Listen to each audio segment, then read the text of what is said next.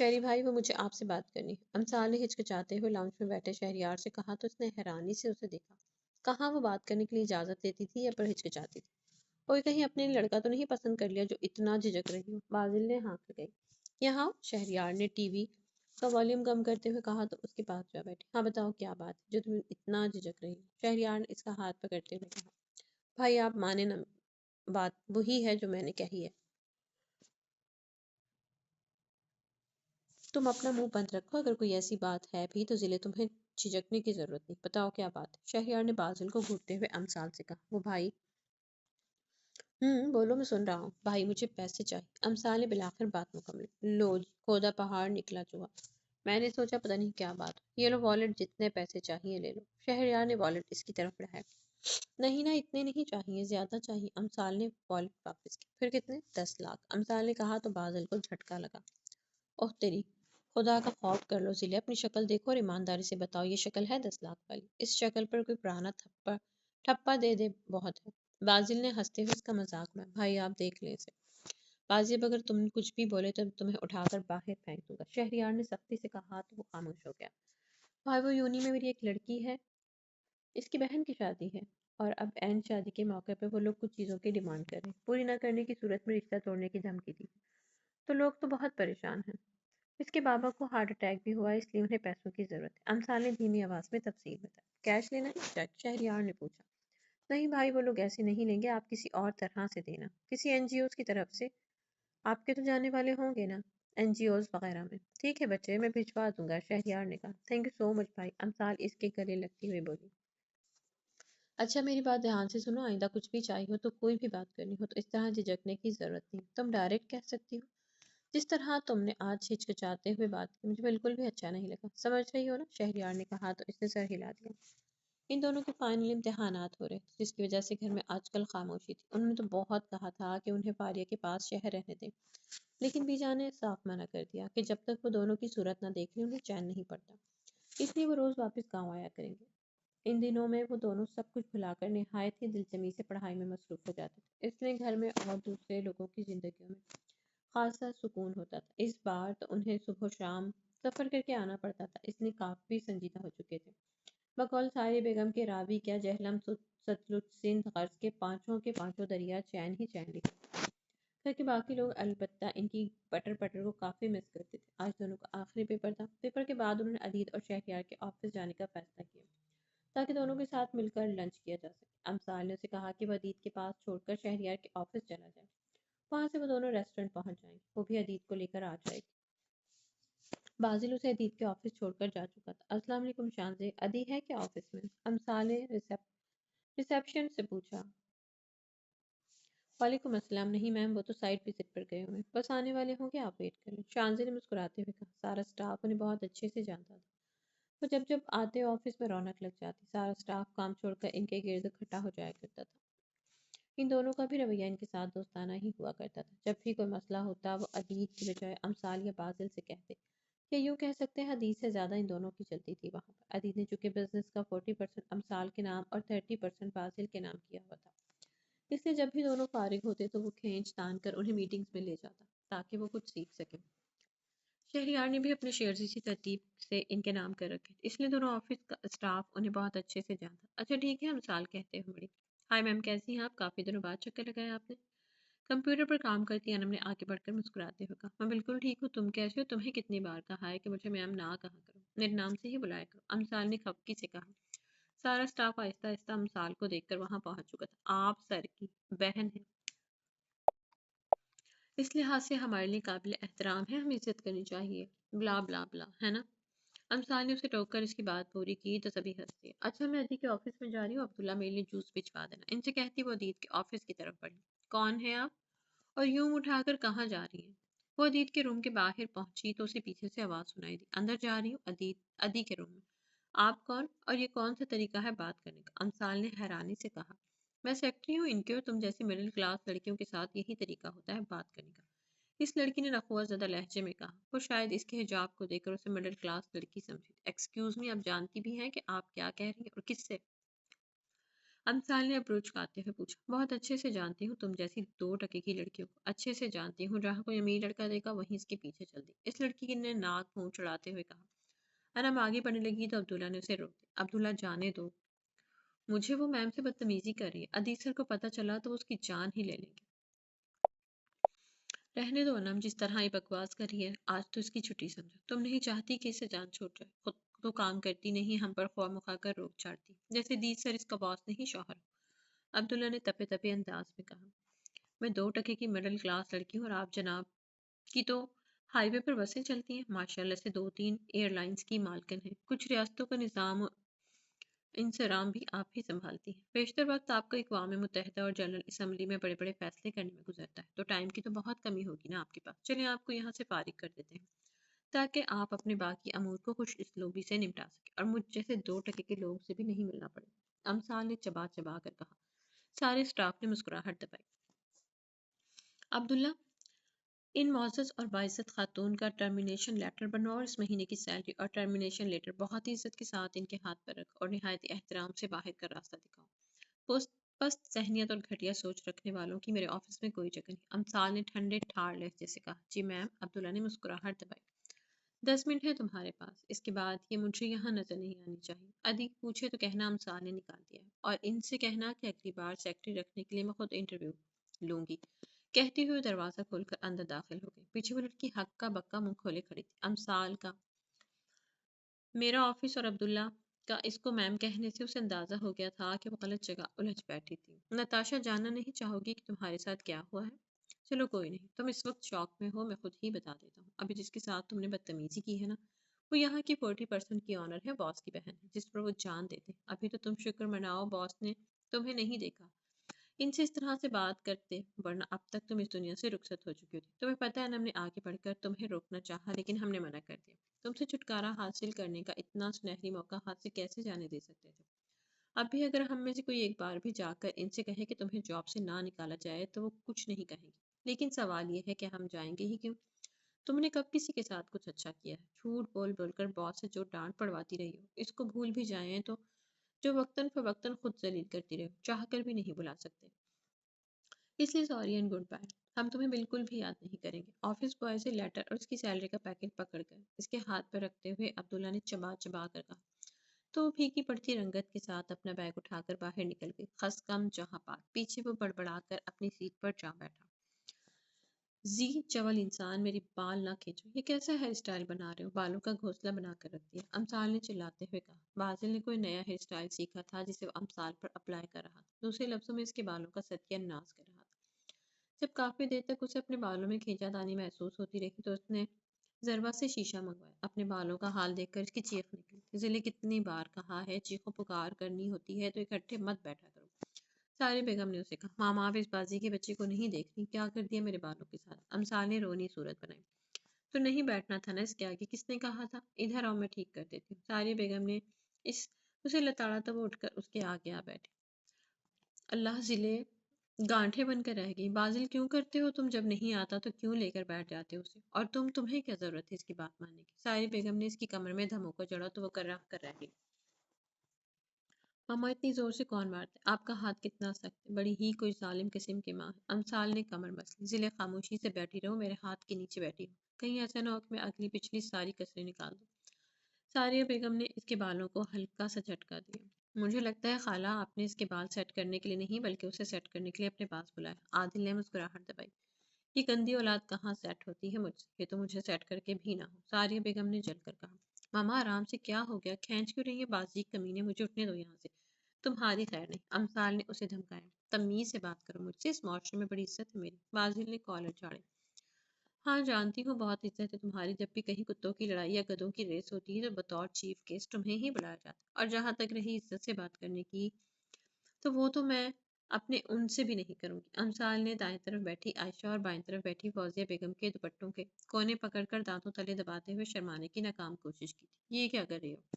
ساری بیگم نے حیرت سے اسے دیکھا۔ ماما شرمانے کی کوشش کر رہی ہے؟ بازل نے ہنستے ہوئے کہا، ہاں بیٹا، شرم کرنے سے نہیں آتی، یہ تو انسان کے اندر ہوتی ہے، تم میں ناپید ہو چکی، اس لیے کوششیں بیکار ہیں۔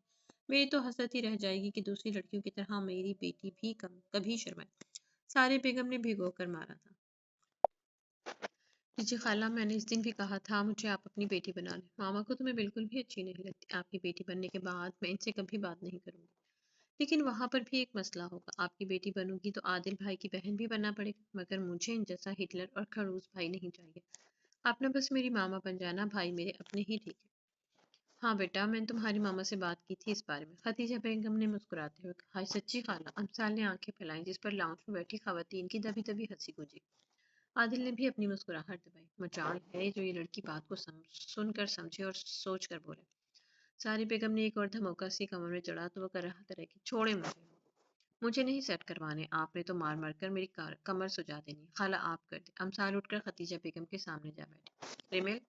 ریمیل میری بلو فائل نہیں مل رہی، سائڈ ٹیبل پر رکھی تھی، ذریعہ آپ نے جھنجھلاتے ہوئے پوچھا۔ وہیں کہیں ہوگی، کہاں جائے گی، آپ ٹھیک سے دیکھتے نا، ریمیل نے جواب دیا۔ ہر جگہ دیکھ چکا ہوں، کم عقل عورت، تم سے کتنی بار کہا ہے کہ میری چیزوں کو مت چھڑکو، لیکن تمہیں کوئی بات سمجھ آئے تو نا۔ ذریعہ آپ نے فائل نہ ملنے کا سارا غصہ ریمیل پر اتارا تھا۔ سب کے سامنے ذریعہ آپ کے ڈانٹنے پر ریمیل شرمندہ ہو کر رہ گئی۔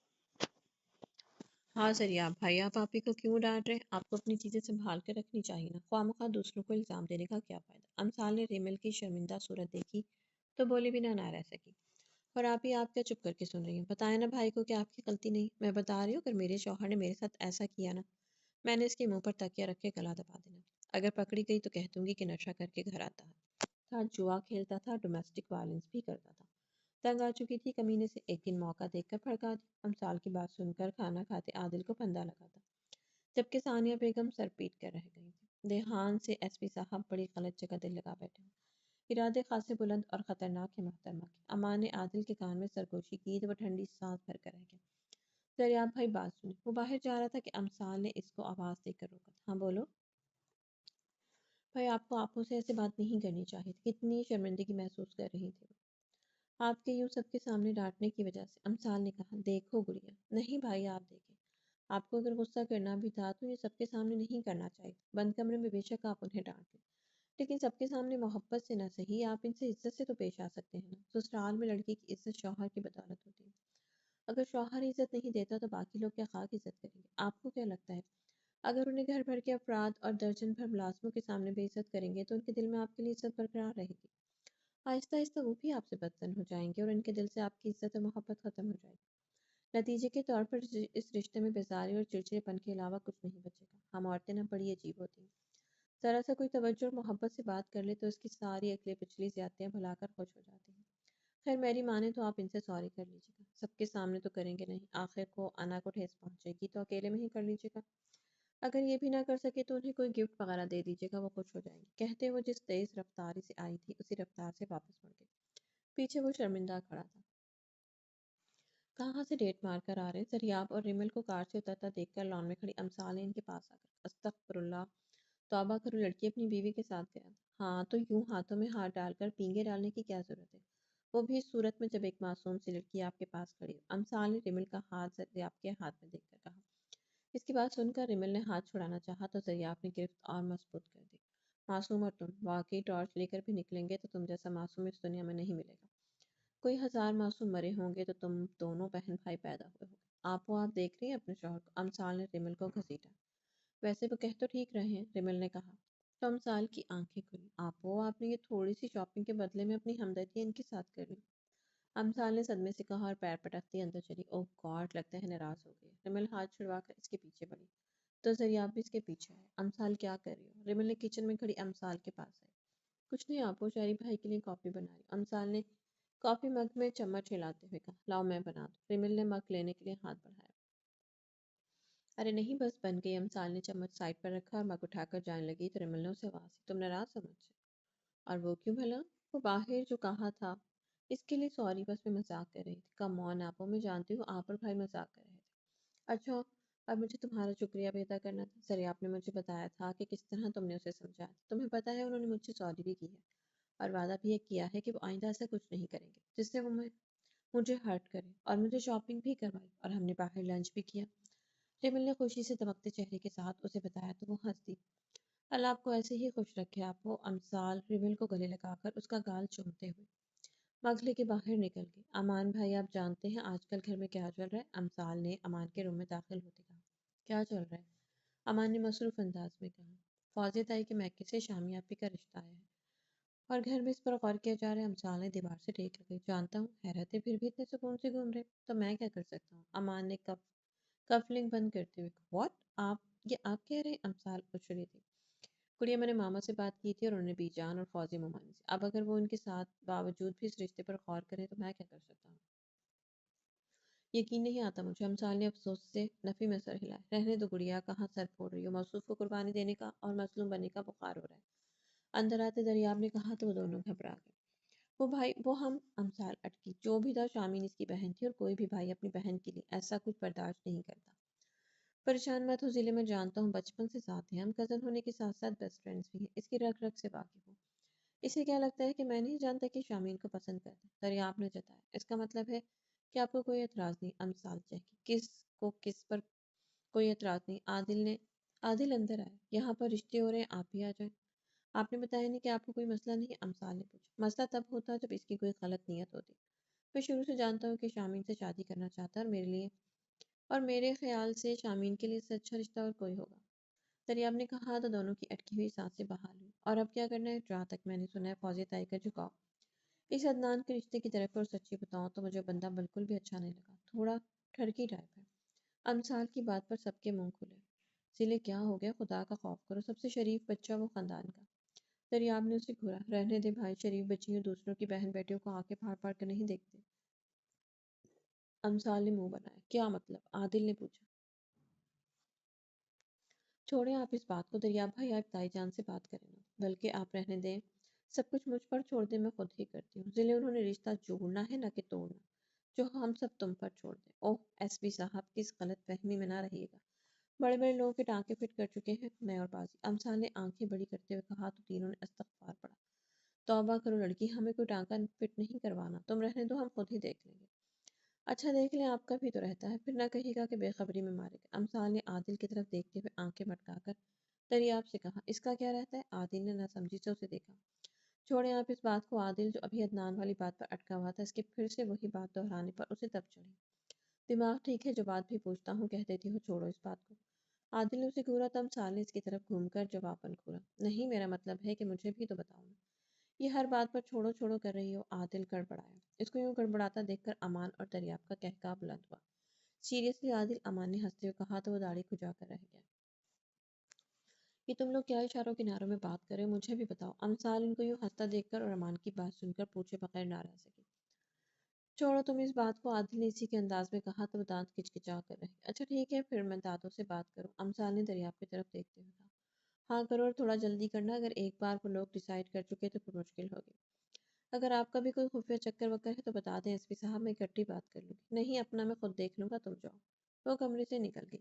یہ تم لوگ نہ جانے کیوں مجھے مشکوک سے لگ رہے ہو، کچھ چھپا رہے ہو نا؟ عادل نے دونوں کو جانچتی نظروں سے دیکھا۔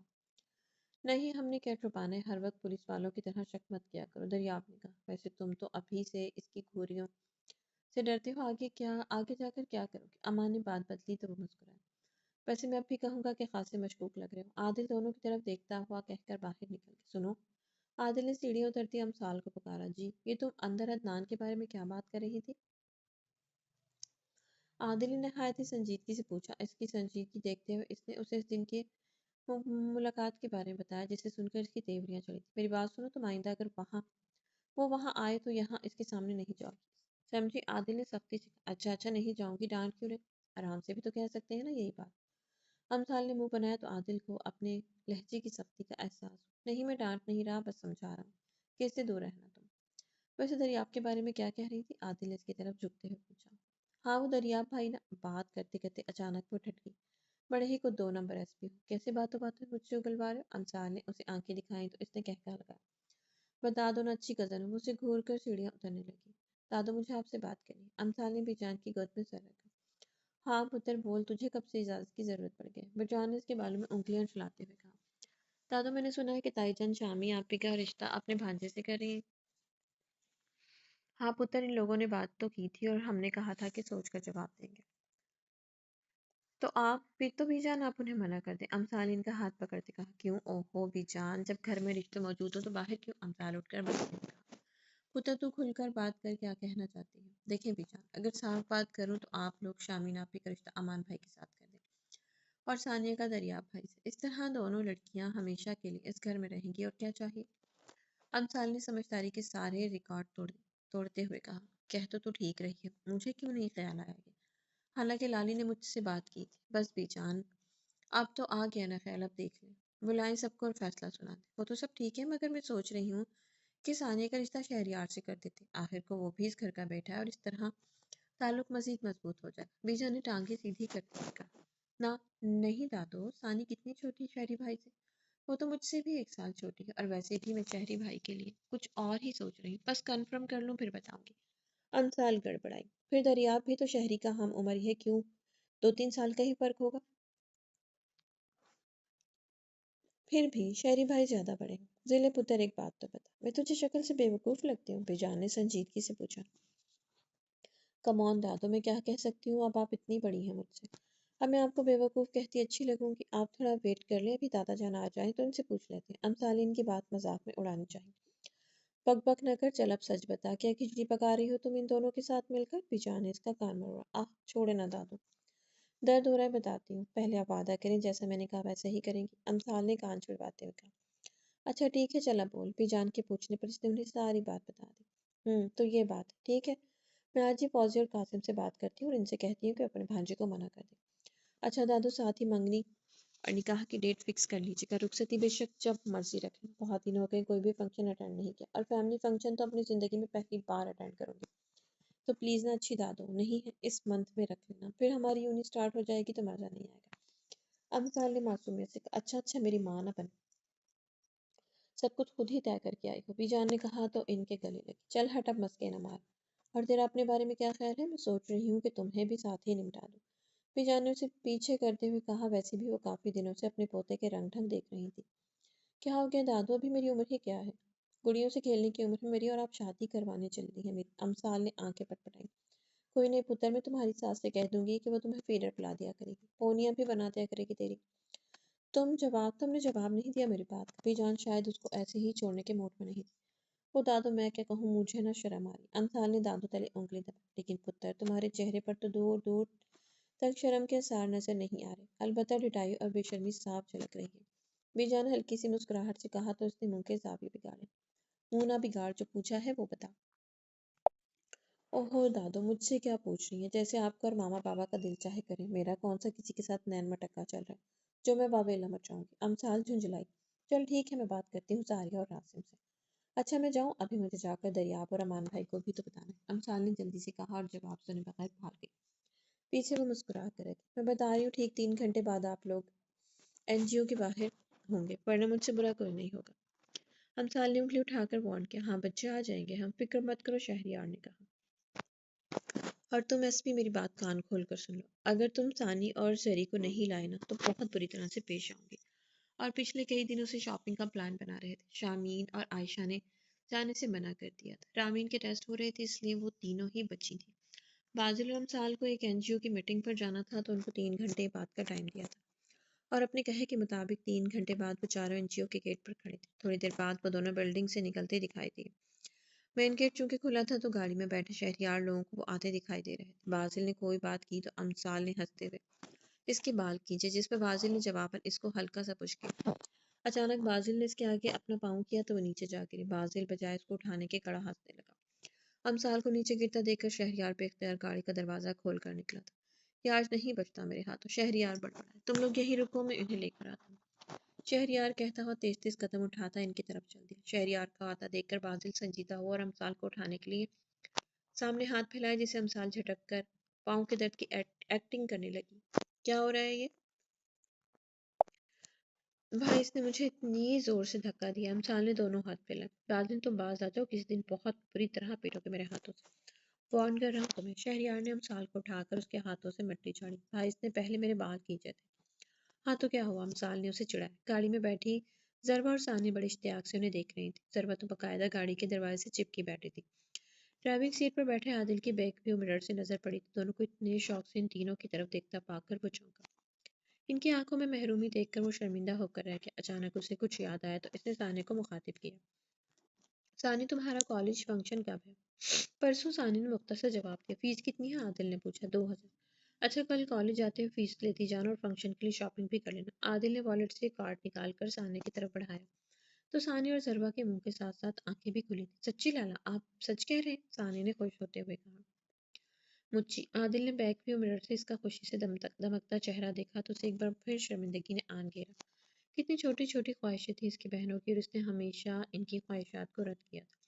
عادل تم چلو میں ان دونوں کی گاڑی میں آ جاتا ہوں، شہریار نے کہا تو عادل نے گاڑی سٹارٹ کی۔ اوہ گاڈ، اس گاڑی کو ابھی خراب ہونا تھا۔ ہم سال بڑبڑائی۔ وہ فاریہ سے مل کر واپس آ رہی تھی کہ راستے میں گاڑی خراب ہو گئی۔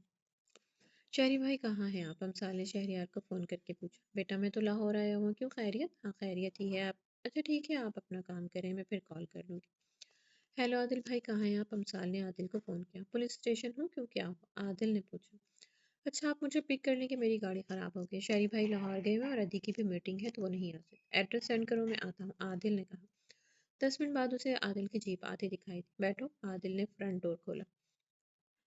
ارے واہ کتنی فاسٹ سروس ہے آپ کی، ہوم ڈیلیوری سروس شروع کیوں نہیں کر دیتے؟ امثال کی بات پر وہ مسکرایا۔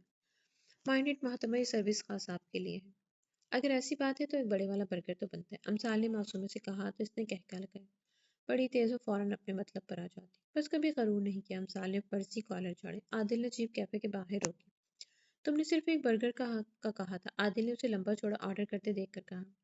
ہاں تو اگر میں کہتی کہ مجھے اتنا کچھ کھانا ہے تو کیا تم کھلاتے؟ نہیں نا، ویسے بھی تمہیں کیا فرق پڑے گا، اتنی اچھی سیلری لیتے ہو اور اس کے علاوہ اوپر کی کمائی بھی ہوتی ہوگی تو خاص سے پیسے جمع کر لیے ہوں گے۔ امثال ویٹر کو بھیج کر اس کی طرف متوجہ ہوئی۔ توبہ کرو لڑکی، ایسے کام کبھی نہیں کیا، اللہ معاف ہی رکھے حرام سے، ویسے بھی اللہ کا دیا سب کچھ ہے، مجھے کیا ضرورت ہے رشوت لینے کی؟ عادل نے اسے گھورا۔ ہو کہ پولیس والے رشوت نہ لو یقین نہیں آتا، امثال نے کندھے اچکائے۔ سچ کہہ رہا ہوں یار، کبھی بھی نہیں لی۔ عادل نہ جانے کیوں اسے یقین دلانا چاہتا۔ اچھا اچھا مذاق کر رہی تھی، سیریس کیوں ہو رہے ہیں؟ کیا میں بیٹھ سکتا ہوں؟ صدام شاہ نے ان کے پاس آ کر کہا۔ تم یہاں کیا کر رہے ہو؟ عادل نے سنجیدگی سے کہا۔ وہ مجھے امثال سے بات کرنی ہے، صدام شاہ کا اس طرح سے امثال کا نام لینے کا انداز ظاہر کر رہا تھا کہ وہ لوگ پہلے بھی مل چکے تھے۔ یہ سوچتے ہوئے عادل کی تیوریاں چڑھی۔ کیوں کیا بات کرنی ہے؟ عادل نے سرد لہجے میں کہا۔ ریلیکس عادل بھائی، اور آپ کہیں کیا بات کرنی؟ امثال نے پہلے عادل کو اور پھر صدام کو مخاطب کیا۔ وہ شاہ بابا ملنا چاہتے ہیں، تو کب؟ امثال نے پوچھا۔ ابھی وہ باہر گاڑی میں بیٹھے ہیں، صدام نے باہر گاڑی کی طرف اشارہ کیا۔ ٹھیک ہے امثال نے کہا تو وہ سر ہلاتا باہر نکل گیا۔ اب بتاؤ گی کیا چل رہا ہے؟ تم پہلے بھی مل چکی ہو اسے، عادل نے پوچھا تو اس نے اسے بتایا کہ کیسے اس نے لفٹ دی تھی اور اپنی اور جمال شاہ کی باتوں کے بارے میں بھی بتایا۔ تو تمہیں کیا لگتا ہے سب ٹھیک ہو جائے گا؟ ہوگا، سب ٹھیک ہوگا اور ہونا پڑے گا، اتنے سال کافی نہیں، ساری فیملی بکھر کر رہ گئی۔ جمال شاہ دادا جانی کے سگے بھائی اور سریا شاہ دادوں کی سگی بہن، 20 سال ہو گئے انہیں ایک دوسرے سے جدا ہوئے۔ خون کے رشتے ہیں یار، بے شک وہ ظاہر نہیں کرتے لیکن یاد تو آتے ہیں نا انہیں۔ اور پھر امان بھائی اور ریمل آپو کا ددیال ہے، وہ کتنے سارے خون کے رشتے ایک دوسرے سے بچھڑے ہوئے۔ پھوپھو کے ساتھ تو جو ہوا وہ گزر گیا، وہ تو بدلا نہیں جا سکتا، مگر جو ہو رہا ہے اسے تو بدلا جا سکتا ہے نا۔ امثال نے سنجیدگی سے کہا۔ اتنے میں انہیں جمال شاہ اور صدام شاہ آتے دکھائی دیے تو دونوں اٹھ کر کھڑے ہوئے۔ کیسے انکل؟ امثال نے اپنا سر آگے کرتے ہوئے ان کے آگے جھکایا۔ میں ٹھیک ہوں پتر، جمال شاہ نے اس کے سر پر ہاتھ رکھا۔ کیسے ہیں آپ؟ عادل نے دھیمے لہجے میں کہا۔ ٹھیک ہوں۔ جمال شاہ نے گہری سانس لی تو عادل نے نظریں چرائیں۔ جی انکل آپ کو کیا بات کرنی تھی؟ امثال نے بات شروع کی۔ وہ پتر تم اس دن کہہ رہی تھی نا کہ مجھے دونوں بچوں کو لے کر مداوا کرنا چاہیے اور اپنی غلطی کو سدھارنی چاہیے، تو میں جاننا چاہتا ہوں کہ تم کس بارے میں بات کری تھی؟ جمال شاہ نے کہا۔ دیکھیں انکل، اگر تو آپ واقعی میں سب ٹھیک کرنا چاہتے ہیں تو اس کے لیے دادا دادی سے معافی ملینی ہوگی، گو کہ ان سب میں آپ کا کوئی قصور نہیں، لیکن بعض اوقات اولاد کی گئی غلطیوں کا خمیازہ والدین کو بھگتنا پڑتا ہے۔ آپ بار بار جائیں جب تک وہ مان نہیں جاتے، اور سب سے بڑھ کر آپ ریمل آپ اور امان لالا کا حق، ان کی پراپرٹی انہیں دیں، اس کے باوجود کہ انہیں کسی چیز کی کوئی کمی نہیں ہے۔ لیکن حق تو حق ہوتا ہے نا، آپ کو یہ کام بہت پہلے کر لینا چاہیے تھا۔ امثال نے برگر کا بائٹ لیا۔ تو کیا وہ لے لیں گے؟ جمال شاہ نے پوچھا۔ کہا نا اس سب سے پہلے معافی لیں، سب کچھ پہلے جیسا کریں، ان دونوں حویلیوں کے درمیان جو دیوار کھڑی ہے اسے گرائیں، دونوں فیملیز کو ایک ہی حویلی میں شفٹ کریں، ایک ٹیبل پر ناشتہ، لنچ اور ڈنر کریں، ایک لاؤنج میں بیٹھ کر مل کر، گھر کے ایک ہی ڈیرے میں بیٹھ کر گاؤں کے فیصلے کریں۔ یہ سب اس وقت ممکن تھا لیکن اب آسان ہے، اس وقت مشکل تھا لیکن اب آسان ہے۔ گھاؤ پرانے ہو چکے ہیں، جسم کے ساتھ ساتھ غصہ اور آنا بھی کمزور اور بوڑھی ہو چکی ہے، غصہ ختم ہو چکا، اب تو آس لگائی ہوئی ہے انہوں نے کہ کب آپ پہل کرتے ہیں۔ باتوں باتوں میں امثال برگر ختم کر چکی۔ جمال شاہ نے پرجوش انداز میں کہا۔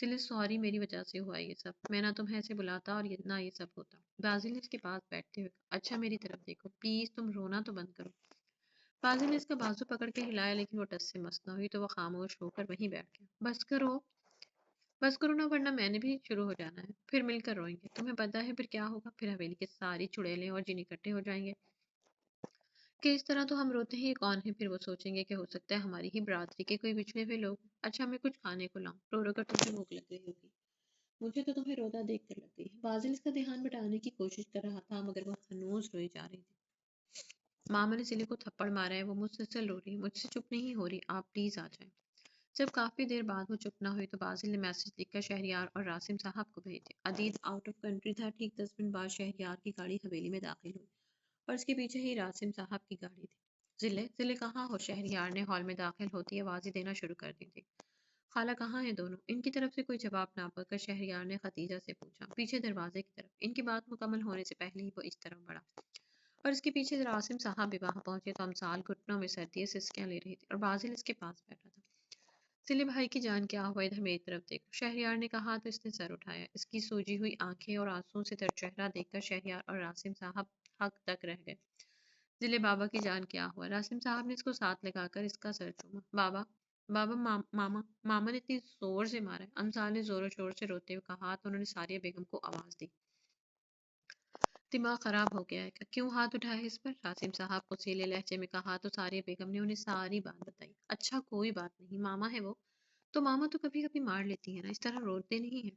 شہریار نے اس کے آنسو صاف کیے۔ میں اس لیے نہیں رو رہی، آپ کو پتہ ہے ماما نے مجھے کہا کہ پتہ نہیں ان کی جان کب چھوٹے گی مجھ سے۔ امسال نے ہتھیلی سے اپنا گال رگڑا تو شہریار اور راسم صاحب سن ہو کر رہ گئے۔ مگر ماما اگر آپ اتنی ہی تنگ آ چکی ہیں تو بتا دیں، میں اسے اپنے ساتھ لے جایا کروں گا۔ لیکن ایسے تو مت کہیں، شہریار نے ماں کی طرف دیکھتے ہوئے کہا تو اس کی آنکھوں میں آنسو دیکھ کر ساری بیگم کی آنکھیں پھٹی تھی۔ شہری میں نے غصے میں کہہ دیا تھا، میرا وہ مطلب نہیں تھا، اور اسے دیکھو کیسے ہچکیاں لے لے کر رو رہی، جیسے میں نے تھپڑ نہیں گولی ہی مار دی۔ کوئی ایک بھی حرکت ہے اس کی لڑکیوں والی؟ سارا دن جان عذاب کی رکھتی ہے۔ حویلی کی باقی لڑکیاں بھی تو ہیں، وہ تو بس اب ایک اور لفظ مت کہیے گا۔ ہاں وہ نہیں حویلی کی لڑکیوں جیسی، کیونکہ وہ میری بیٹی ہے۔ آپ جانتی ہیں کیا ہے اپنی بیٹی کے بارے میں؟ باہر نکل کر کسی بھی کچی آبادی والے علاقے میں جا کر پوچھیں، وہ بتائیں گے کہ آپ کی بیٹی کیا ہے۔ ان لوگوں سے جا کے پوچھیں جن کے ہاں یہ دونوں بہن بھائی ہر مہینے اپنی پاکٹ منی سے، جس کے اتنے زیادہ ہونے پر آپ کو ہمیشہ اعتراض رہا ہے، راشن پہنچاتے ہیں۔ ان سے پوچھیں جن کے بچوں کی فیس دیتے ہیں۔ یہ جو آپ کو شکایت رہتی ہے نا کہ دونوں آدھی آدھی رات تک انٹرنیٹ پر بیٹھے رہتے ہیں، یہ فلموں اور گیموں میں اپنا وقت ضائع نہیں کرتے بلکہ فری لانس ویب سائٹ پر کام کرتے ہیں، جس کے پیسوں سے شاہ ہاؤس کے نام سے انہوں نے اورفنج بنایا ہوا ہے۔ اس میں رہنے والے لاوارث بچوں اور بوڑھوں سے جا کر پوچھیں کہ آپ کے بچے کیا ہیں۔ ارے آپ کو تو یہ بھی نہیں پتا ہوگا کہ ابھی حال میں ہی انہوں نے اپنی گاڑی بیچ کر ایک فیملی کی بیٹی رخصت کی ہے۔ آپ کو کچھ نہیں پتا، آپ کیسے جان سکتی ہیں؟ آپ کو ان کے ایپ دیکھنے سے فرصت ملے تب آپ کچھ دیکھیں۔ میں بتاتا ہوں آپ کو، میرے بچے اپنے باپ کا فخر، اپنے بھائیوں کا غرور ہے۔ آج کے بعد میری بیٹی کا کمپیریزن کسی کے ساتھ مت کیجیے گا، کیونکہ کوئی اس کے جیسی ہو ہی نہیں سکتی۔ اور جہاں تک رہی ان کی شرارتوں کی بات، تو اگر کوئی ان کی شکایت لے کر آئے تو اسے ہمارے پاس بھجوا دینا، ہم خود دیکھ لیں گے۔ آپ کو آئندہ ان کے کسی بھی معاملے میں بولنے کی ضرورت نہیں۔ راسم صاحب کے انکشافات پر سبھی دنگ تھے۔ ان شرارت کی پوٹلیوں سے کہاں انہوں نے اتنا کچھ ایکسپٹ کیا تھا؟ ساریہ بیگم آنکھیں اور منہ کھولے حیرانی سے کھڑی تھی۔ شوق تو شہریار کو بھی لگا تھا، اس کے نٹ کھٹ سے بہن بھائی اتنے حساس اور خیال رکھنے والے تھے، کہاں اس نے سوچا تھا؟ ان کے بارے میں سب کچھ جاننے کا دعویٰ کرنے والا شہریار کیسے بے خبر رہ گیا؟ بابا آپ کو کیسے پتا؟ فاضل نے حیرانگی سے پوچھا۔ باپ ہوں، تم لوگوں کا بے خبر نہیں ہوتا، تم لوگ کب کہاں جا رہے ہو سب کی خبر ہوتی ہے مجھے، راسم صاحب نے جتاتے ہوئے کہا اور امسال کو اٹھا کر اپنے بازو کے ہلکے میں لیے سب کو حیران چھوڑ کر حویلی کے اندر چل دی۔ کل سے گھر میں بہت خاموشی تھی اور سب لوگ اس کی وجہ ساریہ بیگم کو ٹہرا رہے تھے۔ رات ڈنر بھی ان تینوں بہن بھائیوں اور راسم صاحب نے امسال کے روم میں کیا تھا۔ صبح ورزش کے لیے بھی امسال خود اٹھ کر آ گئی تھی۔ اب بھی وہ نہایت ہی سنجیدگی سے ناشتے کی ٹیبل پر بیٹھی صبر کے ساتھ ویٹ کر رہی تھی، خلاف توقع۔ بازل بھی خاموش تھا، جبکہ پہلے ایک طوفان برپا ہوتا تھا ناشتے کی ٹیبل پر اور سارے بیگم بکھلا کر رہ جاتے۔ بھائی آفس جاتے مجھے اور بازی کو بھی لیتے جائے گا؟ امسال نے اخبار پڑھتے شہریار کو مخاطب کیا تو اس نے سر ہلا دیا۔ کیوں پتر، خیریت؟ بی جان نے پوچھا۔ انہیں لگا کہ شاید وہ کل والی بات کے بعد یہاں نہیں رہنا چاہتی۔ ہاں دادو، ہمیں شہری بھائی کے سٹاف سے ملنا ہے، اس لیے۔ کیوں سٹاف سے کیوں ملنا ہے؟ شہریار نے حیرت سے پوچھا۔ وہ بھائی ایک چھوٹا سا پروجیکٹ ہے، کافی دنوں سے سبمٹ کروایا ہوا تھا، کل دوپہر انہی کی کال آئی تھی کہ اپروو ہو گیا ہے تو اس کے لیے ورکر کی ضرورت ہے، تو ہم نے سوچا کہ آپ کے اسٹاف سے بات کر لیتے، اگر وہ اوور ٹائم لگا لیں تو ہم ان کو پے کر دیں، امثال نے کہا۔ اور پروجیکٹ کیا ہے؟ شہریار نے دلچسپی سے پوچھا۔ وہ سرپرائز ہے، بہت جلد پتہ چل جائے گا، امثال نے جواب دیا۔ ویسے کتنی بری بات ہے نا، پروجیکٹ کا پوچھ رہے ہیں، یہ نہیں پوچھا کہ چلے بیٹا آپ کو اسپانسر کی ضرورت تو نہیں؟ امثال نے آنکھیں گھمائی۔ اچھا بتاؤ تمہیں پیسوں کی ضرورت تو نہیں؟ شہریار مسکرایا۔ ہاں نا، ہے نا، بہت ہے، اس لیے ہماری یعنی امثال شاہ کی طرف سے آپ کو حکم دیا جاتا ہے کہ ایک بڑے پروجیکٹ کے اخراجات کے حساب سے رقم ہمارے اکاؤنٹ میں جمع کروا دی جائے۔ آفس پہنچ کر پہلا کام ہمارا ہونا چاہیے، ورنہ کیا؟ شہریار نے ابروچ کہا ہے۔ پلیز اچھے بھائی نہیں ہے، کروا دینا۔ امثال نے اس کا ہاتھ پکڑا، پل میں اس کا شاہانہ پن غائب ہوتے دیکھ کر وہ ہنسا تھا۔ اس کو اپنے پرانے موڈ میں آتا دیکھ کر سب نے سکھ کا سانس لیا۔ سارے بیگم نے ناشتہ لا کر رکھا تو وہ جلدی جلدی کر لگی۔ بیرجان نے اسے جلدی جلدی ناشتہ کرتے دیکھا تو روکا۔ آرام سے کھاؤ ضلع۔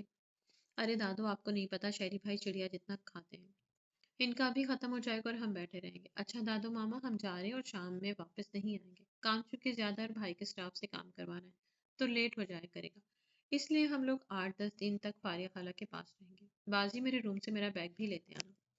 ہم سالے نیپکن سے ہاتھ صاف کرتے ہوئے کہا تو سارے بیگم نے بیجان کی طرف دیکھا کہ ہمیشہ کی طرح وہ روک لیں گی، لیکن انہیں بیجان کی بات سن کر حیرانی ہوئی۔ اچھا پتر ٹھیک ہے، خیر سے جاؤ اور مجھے کال کرتے رہنا، عادت ہوگی نا تم لوگوں کی، مشکل تو ہوگی لیکن تم لوگ کام سے منع تو نہیں کر سکتی۔ صحیح، اللہ حافظ ماما بابا، اللہ حافظ دادو، وہ کہتی کھڑی ہوئی۔ ہمیشہ اس کی گال چوم کر خدا حافظ کہنے والی عادت سے چڑھنے والی سارے بیگم نے اس کا یوں زبان سے کہنا شدت سے محسوس کیا۔ ابھی وہ دروازے تک پہنچی تھی کہ راسم صاحب نے اسے پکارا، رکو ضلع، یہاں آؤ۔ جی بابا۔ گڈ بائے کہنے کا تمہارا انداز یہ تو کبھی نہیں رہا۔ وہ ماما کو اچھا نہیں لگتا، اس لیے میں نے سوچا چھوڑ دیتی ہوں، ویسے بھی بہت تنگ کر لیا ہے ماما کو، اب خود کو بدل ہی لینا چاہیے، امثال نے سنجیدگی سے کہا۔ تمہاری ماما کو اچھا نہیں لگتا لیکن تمہارے بابا کو یہ انداز اچھا نہیں لگا، واپس آؤ اور مجھے پرانا گڈ بائے چاہیے۔ راسم صاحب کی بات سن کر اس نے گہری سانس لی اور واپس پلٹی، ان کا گال چوم کر اللہ حافظ کہا اور جانے کے لیے مڑی۔ جب مصطفیٰ شاہ نے روکا، ہے بیٹا سائیں، ہماری عادتیں خراب کر کے اب خود کو بدل رہی ہے تو کوئی اچھی بات نہ ہوئی نا؟ سوری دادا جانی کہتے ہوئے ان کے گلے لگ گئی۔ اوکے بابا، اوکے بائے بابا، بائے ماما۔ باہر سے ہارن کی آواز سن کر وہ جلدی جلدی کہتی باہر بھاگی۔ پیچھے سارے بیگم خاموش کھڑی تھی۔ آپ نے روکا کیوں نہیں انہیں؟ کیسے رہیں گے وہ اتنے دن وہاں فاریہ آپا کے پاس؟ ساری بیگم نے دھیمی آواز میں کہا۔ تو یہ نہ کہہ سکی کہ ان کے بغیر وہ کیسے رہیں گے؟ اچھا ہے رہنے دو، کچھ دن آپ کو سکون مل جائے گا، اور ویسے بھی آپ کو تو خوش ہونا چاہیے، جان چھوٹ رہی ہے آپ کی، اب بے فکری سے رہ سکتی ہیں آپ، سرد لہجے میں کہتے ہوئے اٹھ کر باہر نکل گئے۔ خدیجہ میری چائے تو لاؤ۔ اب کیا یہیں کھڑی رہو گی؟ خدیجہ بیگم کو کھڑے دروازے کی طرف تکتا پایا تو بیجان نے کہا، میں لا دیتی ہوں۔ ساری بیگم کچن کی طرف بڑھی، جب بیجان نے انہیں روکا، رہنے دو تم خدیجہ، میری چائے میرے کمرے میں دے جانا، کہہ کر وہ اٹھ گئے۔ سارے تمہیں یوں ہاتھ نہیں اٹھانا چاہیے تھا، اس نے کون سا جان بوجھ کر گرایا تھا ریمل کو، اور ویسے بھی اسے زیادہ چوٹ نہیں لگی تھی۔ خدیجہ بیگم کہتی کچن کی طرف بڑھی، پیچھے وہ اکیلی کھڑی دروازے کو تک رہی تھی جہاں سے ابھی وہ دونوں نکلے تھے، ان کو گئے 8 دن ہو گئے تھے۔ عدید و شہریار کے سٹاف کے ساتھ مل کر وہ اپنا کام تقریباً نپٹا چکے تھے، بی جان سے بھی روز بات ہو جاتی تھی اور سارے بیگم کو کال کر کے وہ حال احوال پوچھ لیتے۔ راسم صاحب کالج سے واپسی پر ان سے مل کر آتے، شہریار بھی اکثر رات کو وہیں رک جاتا تھا۔ پاریہ کے گھر ان دونوں کے آنے جانے سے خاصی رونق لگی ہوئی تھی، البتہ حویلی سناٹوں کی زد میں تھی، سب لوگ پھر سے اپنی پرانی روٹین پر لوٹ رہے تھے، کبھی کوئی کہیں تو کبھی کوئی کہیں، مگر کھانے کی ٹیبل پر جب اکٹھے بیٹھتے تو ان کو بہت مس کرتے، ان کی باتیں یاد کر کے مسکراتے کہ اگر وہ ہوتے تو یہ کہتے یہ کرتے۔ بجان بھی حویلی کی خاموشی سے بیزار ہو چکی تھی، ان کی یہ بیزاری غصے کی صورت میں کبھی ملازموں پر نکلتی تو کبھی گھر کے باقی افراد پر۔ ساری بیگم تو ان کے خاص زیر عتاب تھی، اس وقت بھی وہ ساری بیگم کو بے چینی سے ادھر ادھر ٹہلتا دیکھ رہی تھی اور وجہ بھی سمجھ رہی تھی۔ نہ اگر اتنے ہی یاد آ رہے ہیں تو جا کے مل کیوں نہیں آتی؟ بیچان نے اسے گھرکا تو بے بسی سے انہیں دیکھ کر رہ گئی۔ میری حویلی کو رونق چھین کر تم نے اچھا نہیں کیا، انہوں نے افسوس سے سر ہلایا۔ اماں جان، میں نے یہ سب تو نہیں چاہا تھا، مجھے بس غصہ آ گیا تھا، باقی لڑکیاں سنجیدگی اور رویے کو دیکھتی تھی تو مجھے لگتا تھا کہ میری بیٹی کو بھی ایسا ہی ہونا چاہیے، لیکن اب احساس ہو رہا ہے میں غلط تھی، وہ سنجیدہ ہوئی ہے تو سب کچھ خالی خالی اور ویران لگ رہا ہے۔ ان کی ہنسی سنے کتنے دن گزر گئے، فون بھی کرتی ہے تو حال احوال پوچھ کر بند کر دیتی، کتنے دن ہو گئے اس کی شکل دیکھے، پتہ نہیں ٹھیک بھی ہوگی یا نہیں۔ اپنا رویہ دیکھا تھا کبھی تو نے ان کے ساتھ، ہر بات پر تو ان کی برائی کرتی تھی، سب کے سامنے ان کو باتیں سنا دیتی، ڈانٹ دیتی، لیکن وہ پھر بھی نظر انداز کر دیتے تھے، لیکن اس بار تو تم نے حد ہی کر دی۔ پی جان کے کہنے پر انہیں اپنی آنکھیں صاف کی. اچھا چل اب دل چھوٹا نہ کر، کام سے گئے ہیں آ جائیں گے، اگر زیادہ ہی یاد آ رہی ہے تو کال کر کے بلا لو. پی جان کہتی اٹھ کر چل دی. السلام علیکم ماما دادو، کیسی ہیں آپ لوگ؟ امثال کہتی ہال میں داخل ہوئی تو ساری بیگم اٹھ کر جلدی سے اس کی طرف لپکی اور اسے گلے لگایا. کیسی ہو؟ ایسی بھی کیا ناراضگی کہ ماں کو ہی بھول گئی؟ سارے بیگم نے شکوہ کیا. نہیں ماما ناراض نہیں ہوں، بس مصروف تھی نا اس لیے نہیں آ پائی. اچھا پہلے بھی تو مصروف ہوتی تھی، ایسا تو کبھی نہیں کیا. جانتی ہوں میرے رویے کی وجہ سے ناراض ہونا بھی چاہیے، لیکن اتنی لمبی ناراضگی؟ سارے بیگم نے اس کا منہ چوما. کم آن ماما، ماما سے کون ناراض ہوتا ہے بھلا؟ سچی میں بہت بزی تھی. امثال نے کہا. بھائی ہٹو بھی، مجھے ملنے دو اپنے پتر سے. بھی جان نے انہیں علیحدہ کیا. میں تمہارے لیے کچھ کھانے کو لاتی. اسے بٹھاتی کچن کی طرف بڑھی. پی جان کے پاس بیٹھ کر وہ باتیں کرنے لگی. اچھا عائشی آپ کو، مجھے آپ کے ڈریسز چاہیے کچھ دن کے لیے، آپ پلیز پیک کر دیں، مجھے ابھی واپس جانا ہے. امثال نے عائشہ سے کہا تو وہ اٹھ گئی. کب آؤ گے؟ سارے بیگم نے نوڈلز اس کو پکڑائے. پرسوں تک آ جائیں گے، دعا کیجیے گا کامیاب ہو جائے. امثال کہتی ہوئی چلی گئی. عائشہ پہ کدھر ہیں آپ؟ جلدی سے آئیں، ایک دھماکے دار نیوز ہے. امثال اور بازل نے حویلی میں داخل ہوتے شور مچایا. ان کی آواز سن کر سب کے چہروں پر مسکراہٹ آئی. کیا ہوا؟ عائشہ کچن سے ہاتھ صاف کرتی نکلی. امثال نے آگے بڑھ کر گول گول گھمانا شروع کر دیا. کیا ہوا امثال؟ عائشہ اس کے اس انداز پر ہنسی تھی. تو میرے پیارے ڈیئرز، امید کرتی ہوں کہ کہانی آپ کو اچھی لگی تھی. کہانی اگر آپ کو اچھی لگی تو کمنٹ باکس میں اپنی قیمتی رائے کا اظہار ضرور کیجیے گا. کہانی کو لائک کریں، کمنٹ کریں، شیئر کریں، اور اگر چینل پر نیو ہوں تو چینل کو سبسکرائب کریں. پلیز پلیز چینل کو سبسکرائب کیا کریں، زیادہ سے زیادہ ویوز دیا کریں. آپ لوگوں کا ایک سبسکرائب میرے لیے بہت اہمیت رکھتا ہے، ایک ویو بھی آپ لوگوں کا میرے لیے بہت اہمیت رکھتا ہے. تو پلیز اچھے اچھے سے کمنٹس بھی کر دیا کریں تاکہ میری محنت جو ہے وہ وصول ہو جاتی ہے آپ لوگوں کے کمنٹس اور لائک دیکھ کر. تو اپنا بہت سارا خیال رکھیے گا. ملتے ہیں کل نیکسٹ ایپیسوڈ کے ساتھ. تب تک کے لیے اللہ حافظ.